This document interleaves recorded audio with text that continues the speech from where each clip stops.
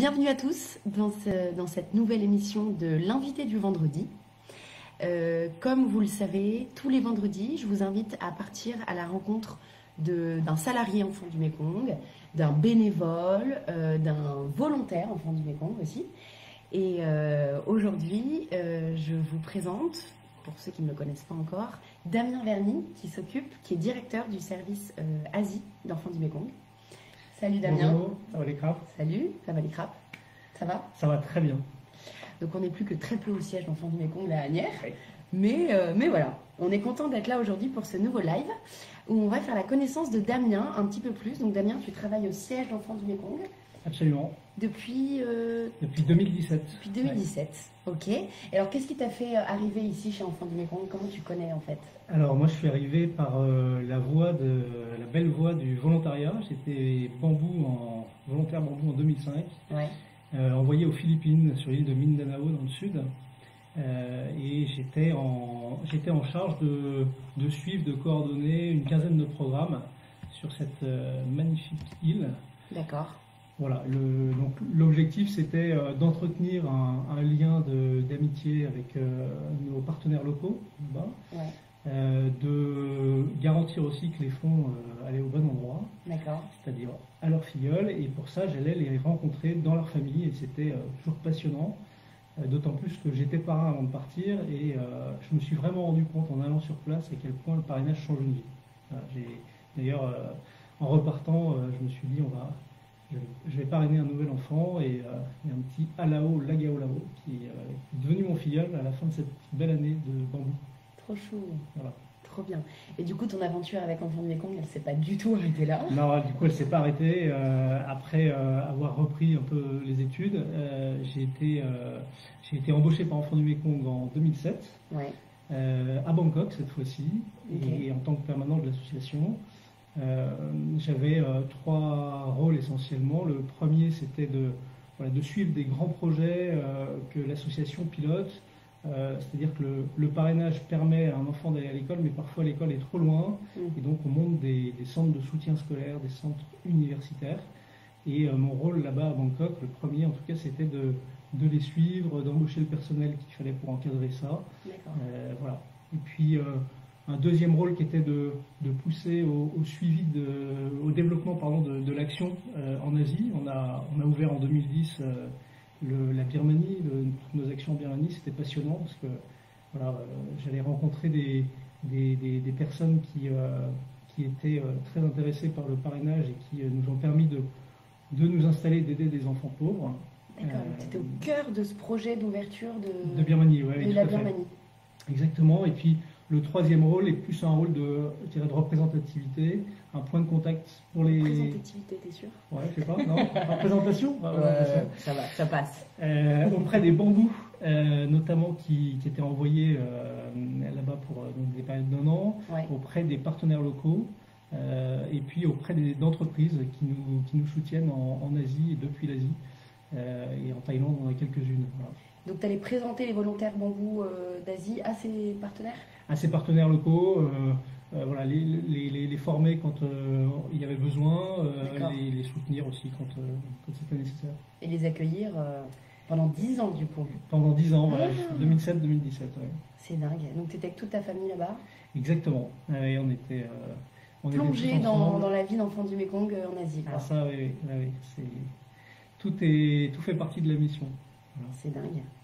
Et dans quel état d'esprit vous êtes rentré du coup en France de cette expérience en Asie hyper longue? Alors, on est rentré très heureux d'avoir servi pendant 10 ans depuis la Thaïlande. On a fait des rencontres magnifiques, que ce soit avec des responsables de programme, mais aussi on a vraiment pu voir, on nous pose souvent la question, le parrainage, est-ce que ça marche? Ouais. Et oui, ça marche. La réponse est oui, pour cette question.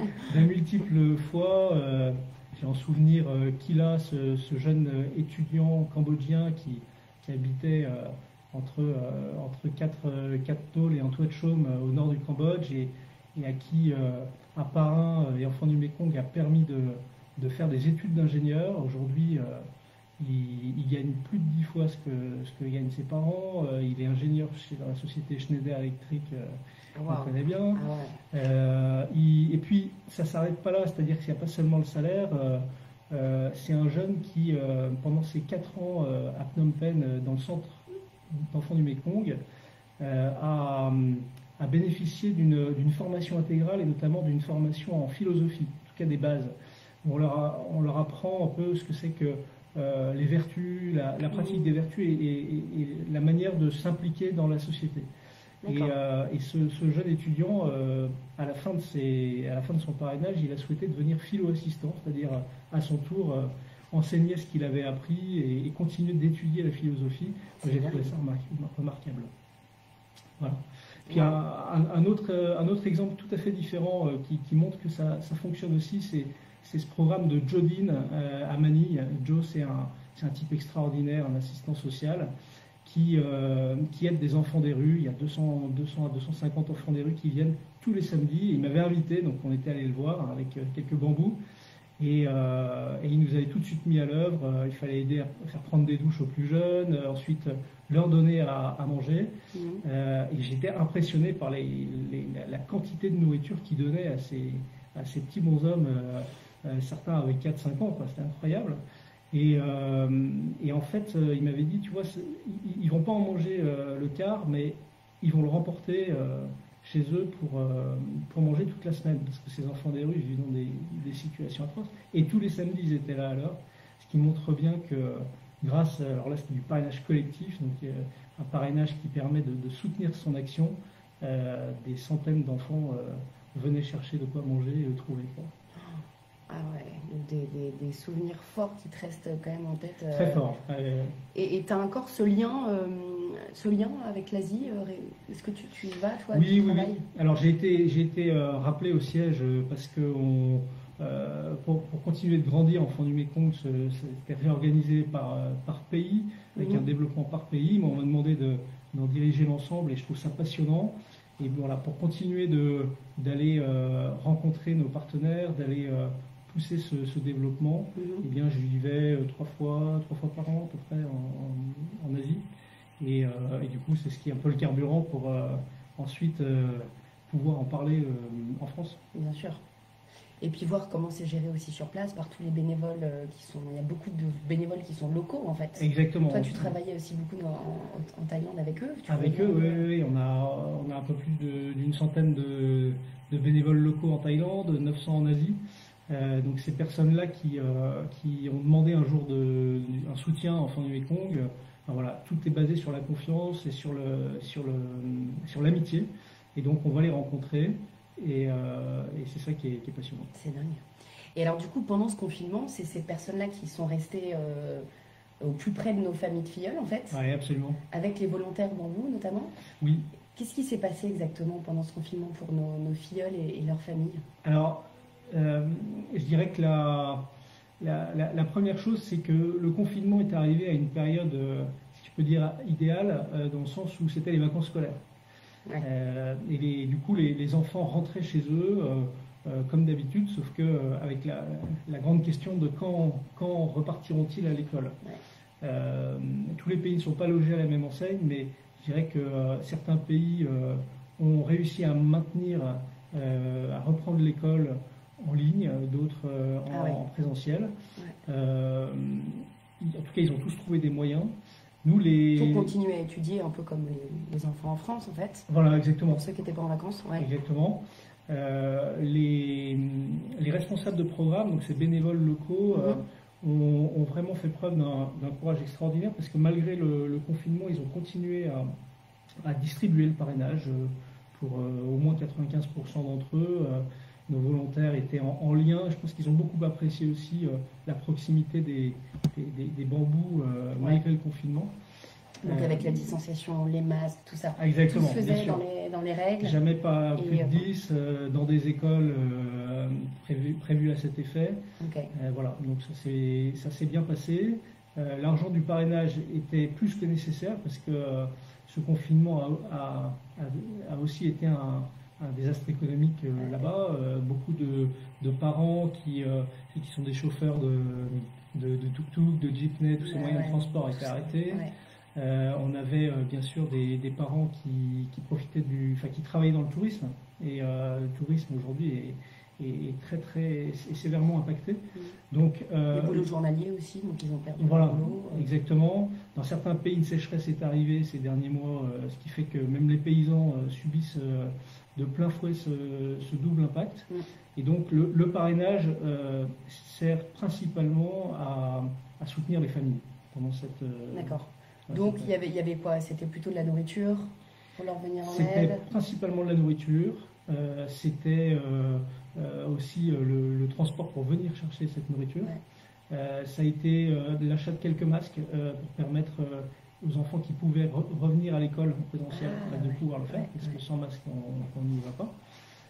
Voilà, donc mais c'était principalement de la nourriture. On a acheté avec le parrainage, on estime à peu près 400 tonnes de riz, donc c'est assez énorme. C'est dingue. Donc, effectivement, parce qu'il y a pas mal de parents qui se posaient la question ah oui, bien sûr, l'argent du parrainage, donc tout est arrivé sur le terrain et Dieu sait qu'ils en ont eu besoin, quoi. Oui, tout à fait. Et donc, du coup, le parrainage, toi en Asie, toi qui connais par cœur, du coup, est-ce que tu peux juste nous faire le déroulement exact de quelqu'un qui veut parrainer en Asie et qui se demande comment faire? Comment est-ce que ça marche?